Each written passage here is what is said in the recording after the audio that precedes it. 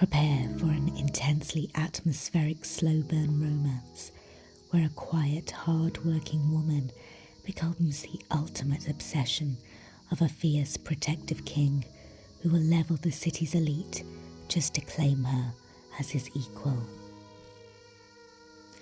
The scent of burnt sugar and stale coffee always lingered in the air at Flour and Fable, but tonight it felt like an indictment. Rose carefully scraped the heavy wooden prep table, her knuckles white against the metal bench scraper. It was 2:14 a.m. The industrial oven at the corner thrummed, a low mechanical lullaby, radiating a dry, suffocating heat that did nothing to thaw the icy chill in her chest. On the flour-dusted counter sat her phone, its screen glowing with a text message that had effectively ended her 3-year relationship in 24 words. "I can't keep doing this, Rose. You're always covered in flour. You never want to go to the club, and frankly, this little bakery is a sinking ship.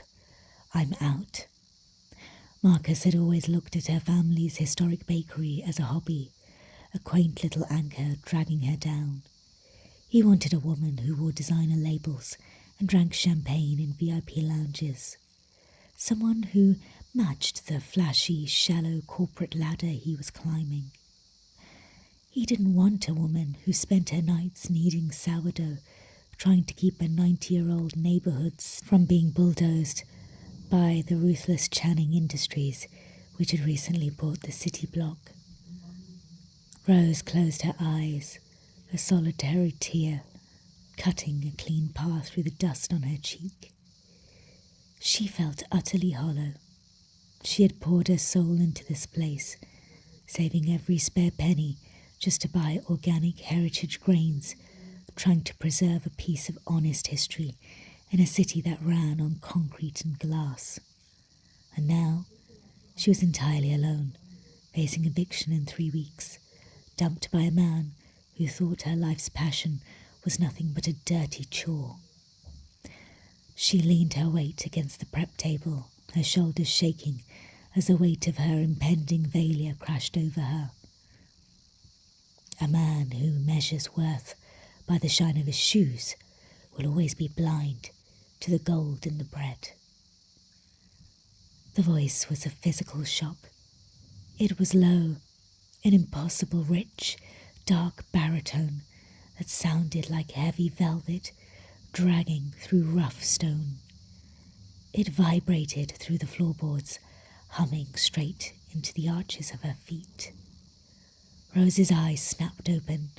Standing in the dim amber light of the bakery's front counter was a man who looked like an apex predator in a tailored suit.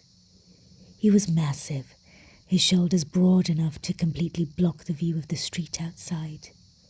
His face was a striking composition of sharp, hard angles, a ruthlessly carved jaw, a straight nose, and eyes that were a startling, luminous shade of aged midwinter whiskey. "We're closed," Rose stammered instinctively, grabbing her bench scraper like a weapon, her defensive walls slamming into place. The front door was locked. Locks are merely a suggestion to those who know how to ask them to open. The stranger said smoothly. He walked forward, his movements entirely silent, possessing a terrifying, elegant grace. "My apologies for startling you. I am Damon, and I've been watching you from across the street for an hour." "You've been stalking me." Rose's voice shook, but she lifted her chin, refusing to show fear. "I've been admiring you," Damon corrected softly, stopping just on the side of the prep table. The sheer, radiant heat emanating from his body enveloped her, driving away the chill of her heartbreak. He smelled of rain, soaked earth, cedarwood, and an intoxicating wild hint of winter pine. "I saw the man leave you," I saw the text, and I find myself entirely incapable of walking away from a woman whose hands create life when her heart is being broken. As he leaned into the warm glow of the oven light, Rose caught a glimpse of his teeth. His canines were just a fraction sharper than normal, catching the light with a dangerous feral edge. Yet his gaze held nothing but a profound, breathless reverence.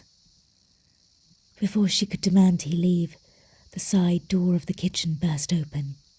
Her landlord, Mr. Henderson, a notoriously cruel man who had been hounding her for the eviction notice, stumbled in, bowing so low his forehead nearly touched the flour on the floor. "Mr. Channing," Henderson gasped, his face entirely drained of colour.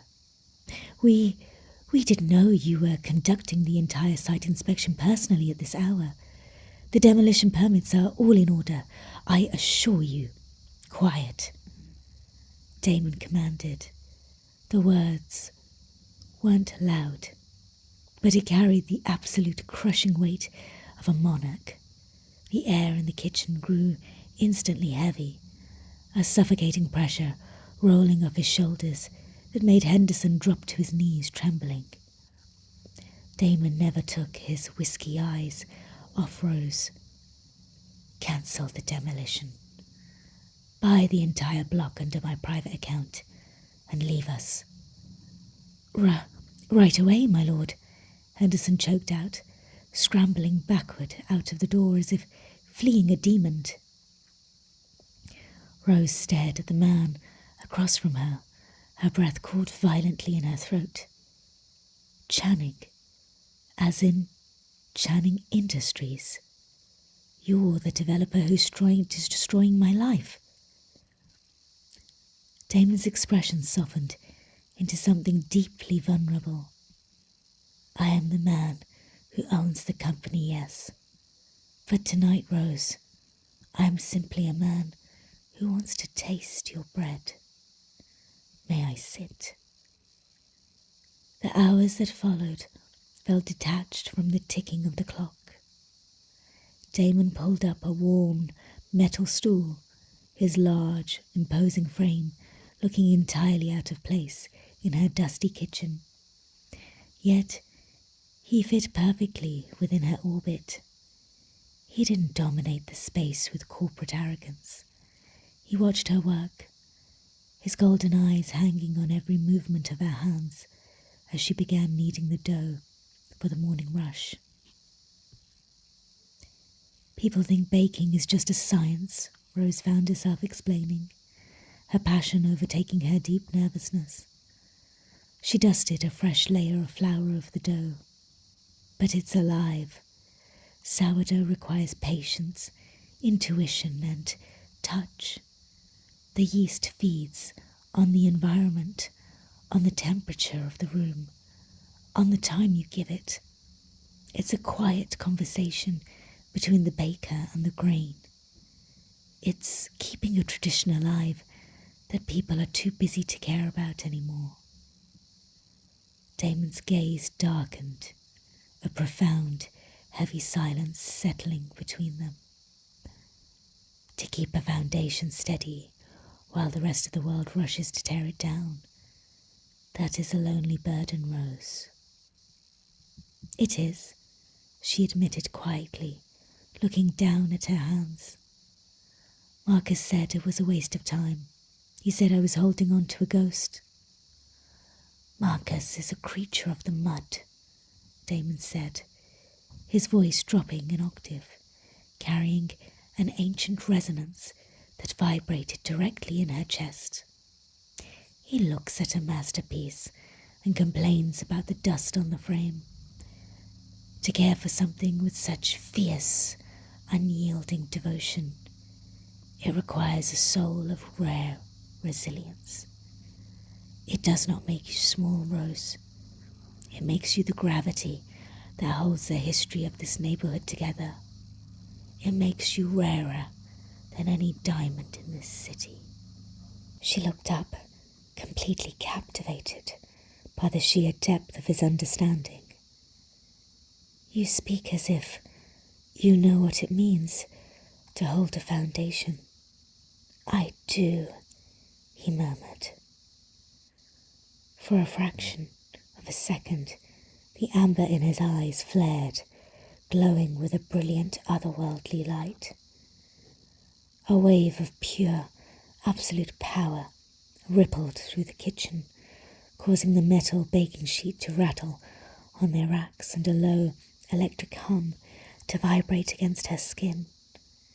It was a display of hidden, terrifying strength, yet as it washed over her, it felt like a fortress erected solely to protect her from the world. They talked until the sky outside turned a pale, bruised purple. When the first batch of croissants came out the oven, Damon took a bite of the flaky pastry, closing his eyes in what looked like pure worship. As he prepared to leave before the morning customers arrived, he took her flour-dusted hands. His skin was incredibly hot, sending a sweet, electric shiver up her spine. He didn't rush her with a clumsy kiss. Instead, he bowed his head and pressed a soft, lingering kiss to her forehead. He pressed a heavy, matte black card into her palm. "If the developer ever comes back, Rose, or if you simply want someone to listen to the conversation of your bread." Before she could speak, he stepped out into the misty morning air, disappearing into the shadows of the city. She opened her hand to find a thick, embossed card with a silver crest, a roaring wolf beneath a crown of stars. It bore only a name: Damon Channing, Supreme Alpha of the Terrene. Before we continue, please take 2 seconds to like this video, share your thoughts in the comments, and make sure you subscribe to the channel. It really does help me out. Now let's return to Rose and Damon. The next afternoon, Rose's quiet world shattered. She sat at her small register, a cup of chamomile tea cooling beside her as she researched the name on the card. The articles that popped up made her breath freeze in her lungs. Damon Channing wasn't just a tech mogul or a real estate billionaire. He was the supreme alpha of the Continental Shifter Alliance, a legendary, near-mythical figure who ruled the ancient supernatural pacts that lived hidden within human society.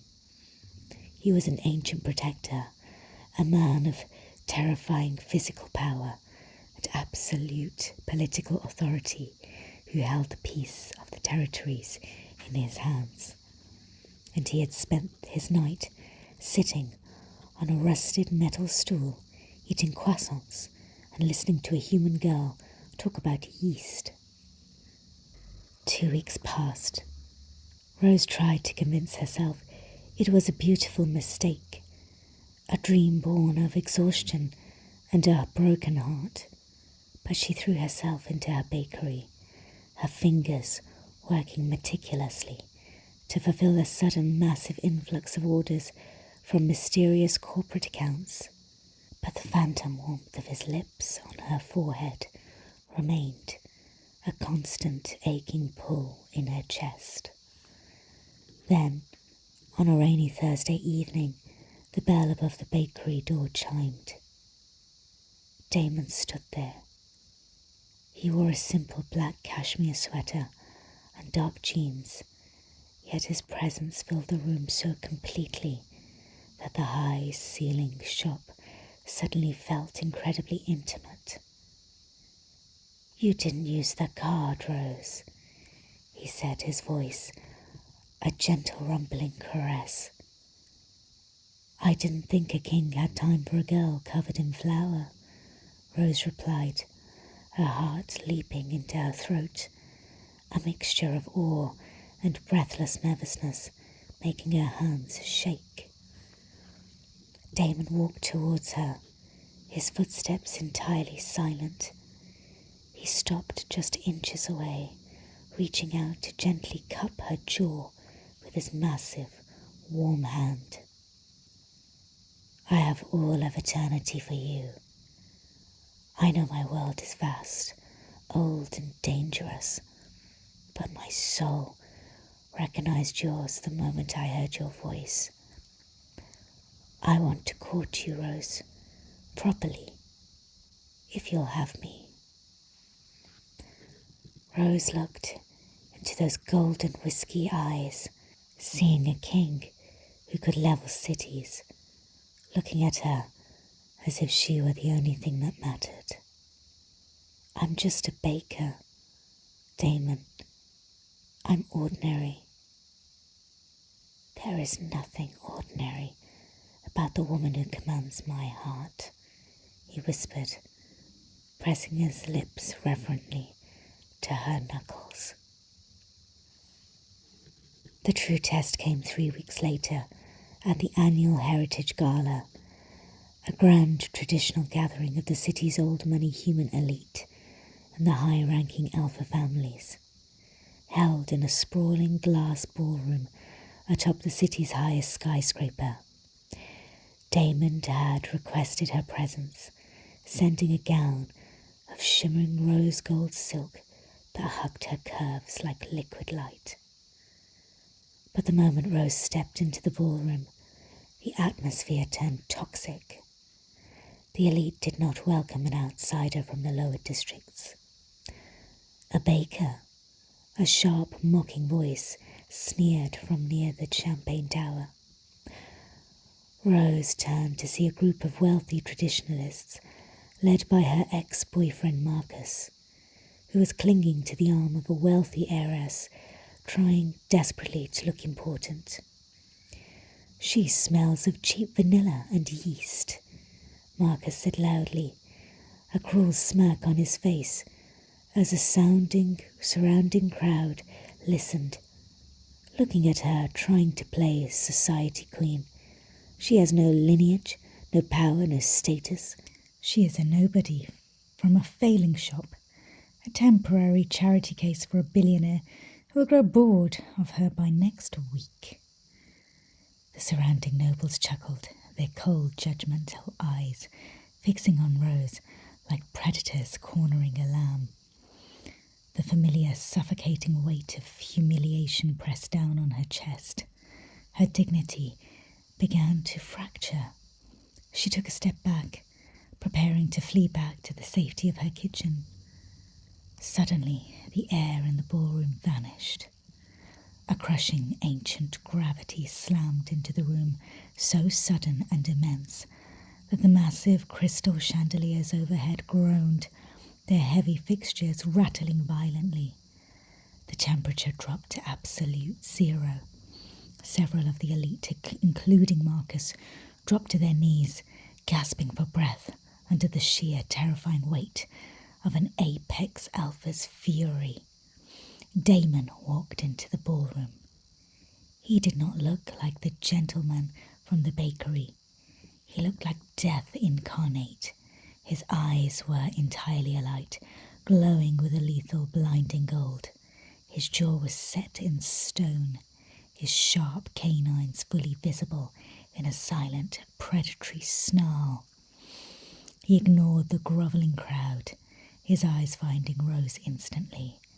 In 3 long strides, he was by her side, his massive arm locking around her waist, pulling her flush against his chest. The moment his warmth enveloped her, the suffocating pressure vanished for her, leaving her perfectly safe in the centre of his storm. Damon turned his growling, glowing, lethal gaze down onto Marcus, who was trembling violently on the marble floor, panting for air. "Speak another word about her," Damon whispered, his voice resonating with a power that caused cracks on spiderweb across the glass floor of the ballroom. "And I will strip your company, your family, and your very name from this territory. you'll be cast into the dirt where you belong." A collective, terrified gasp echoed through the silent hall. "My lord!" the heiress beside Marcus choked out, her pride entirely broken. She is a human. Tradition dictates our course must be pure." "She is my mate, by the laws of the old blood and the choosing of my soul," Damon roared softly, the sound vibrating through the very foundation of the skyscraper. "She is your queen. Her worth is measured by a strength and a purity of heart that none of you in your arrogant vanity could ever hope to understand. She stands above you all." He looked across the room, his gaze a sweeping blade of absolute dominance. "If any among you object to her place at my side, step forward now and face the sovereign's wrath." No one dared move. No one dared to breathe.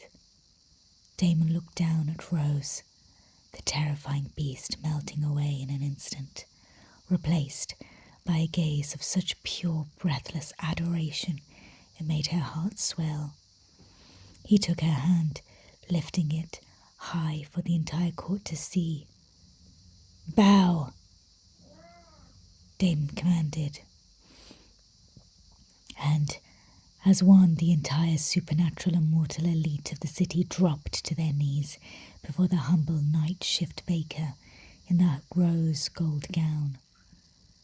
1 year later, the midnight air was cool, but the kitchen of the newly expanded Flour Fable was perfectly warm. Rose stood by the heavy wooden prep table, the scent of fresh rosemary and sweet dough filling the room. Behind her, a pair of strong, familiar arms wrapped around her waist, a chin resting gently on her shoulder. "You're working late again, my queen," Damon murmured, his breath warm against her ear as he pressed a gentle kiss to her neck. "I was just thinking about last year," Rose said softly, turning to his embrace to look up into the whiskey gold eyes that had become her sanctuary. "How close I was to giving up. How sure I was that my life was just meant to be a sinking ship." Damon tightened his grip, his eyes glowing with that fierce, unyielding devotion that still took her breath away. "The world was just too blind to see the treasure holding it together, my love. But I found you, and I will spend every lifetime ensuring you know exactly how much you are worth." He leaned down, closing the remaining distance, and pressed his lips to hers, a slow, deep, burning kiss that tasted of sweet vanilla and an endless, unfolding future. "Thank you so much for spending your night in the kitchen with me. Creating these immersive worlds where love heals all wounds is my absolute passion, and sharing them with you makes it complete. Where are you listening from tonight? Let's meet in the comments and share our thoughts. If you loved this slow burn romance and want to experience more tales of fated connections, please take a moment to subscribe and hit that like button. It really helps me out. And join our storytelling family. Until next time, stay safe and sweet dreams.